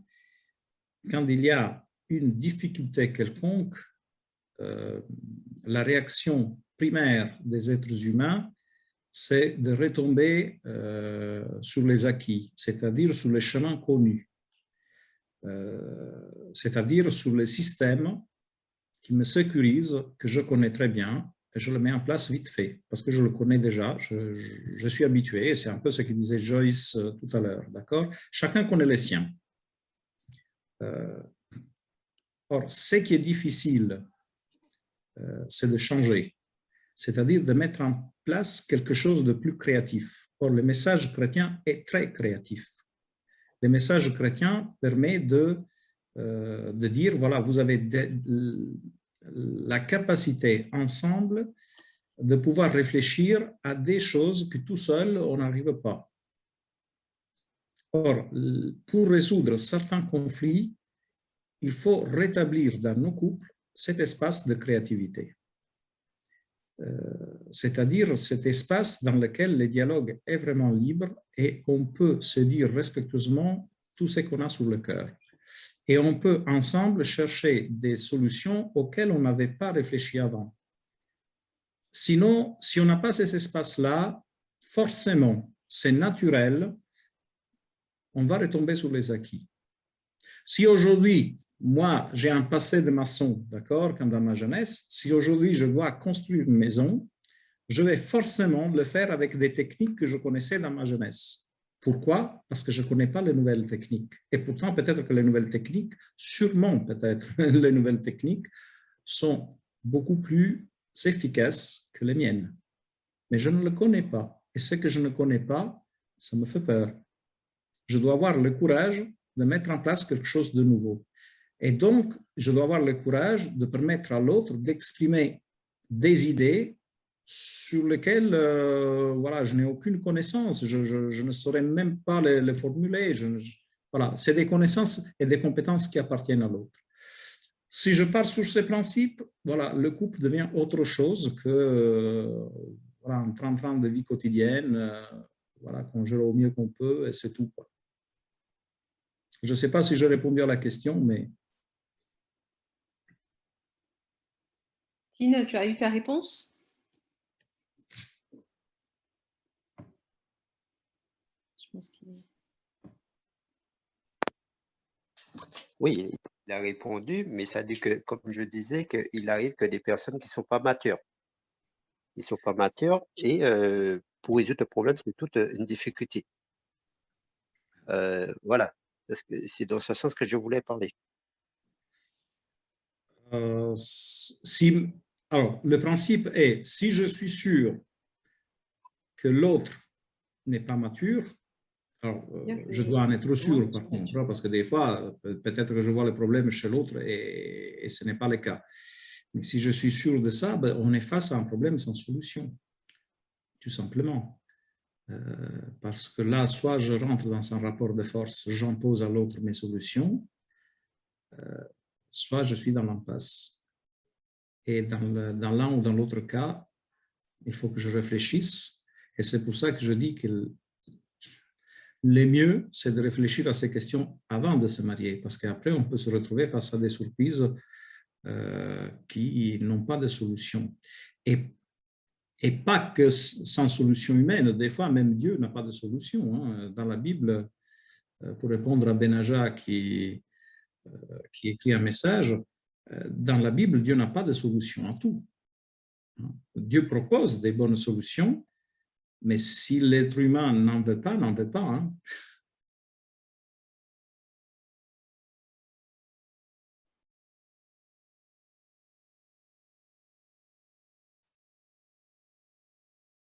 Vas-y, Benaja. Tu peux prendre la parole. Merci beaucoup. Merci. Oui, effectivement, c'est vrai. Quand je parle de solution humaine, non humaine, enfin, il n'y a pas que la solution est au-delà de nous, c'est vrai aussi. Mais encore faut-il en vouloir. Il y a un texte dans Jean, j'oublie la référence, mais le texte m'a marqué où il disait que les pharisiens et les sadducéens ont rendu nul à leur égard le dessein de Dieu. Dieu avait un projet pour eux, pour les faire avancer, pour les laisser mûrir, mais ils ont refusé. Donc, Dieu avait mis les choses sur la table, ils ont jeté par terre, Dieu ne va pas les forcer à ramasser. Donc oui, effectivement, c'est vrai. Et pour ce qui est de la maturité, c'est vrai que c'est important de se poser la question déjà pour soi, au lieu de vouloir voir l'autre. Et puis ensuite, une fois que pour soi, on voit les choses, en fait, comment dire ça plus précisément? À titre personnel, j'ai manqué beaucoup de maturité pendant des années. Je n'ai pas su comment me comporter, me gérer, maîtrise de soi, etc., tout ce qui va avec. Il m'a fallu des expériences de vie difficiles pour que je commence à m'interpeller sur moi, au lieu de dire, mais l'autre, il dit, oui, mais toi déjà.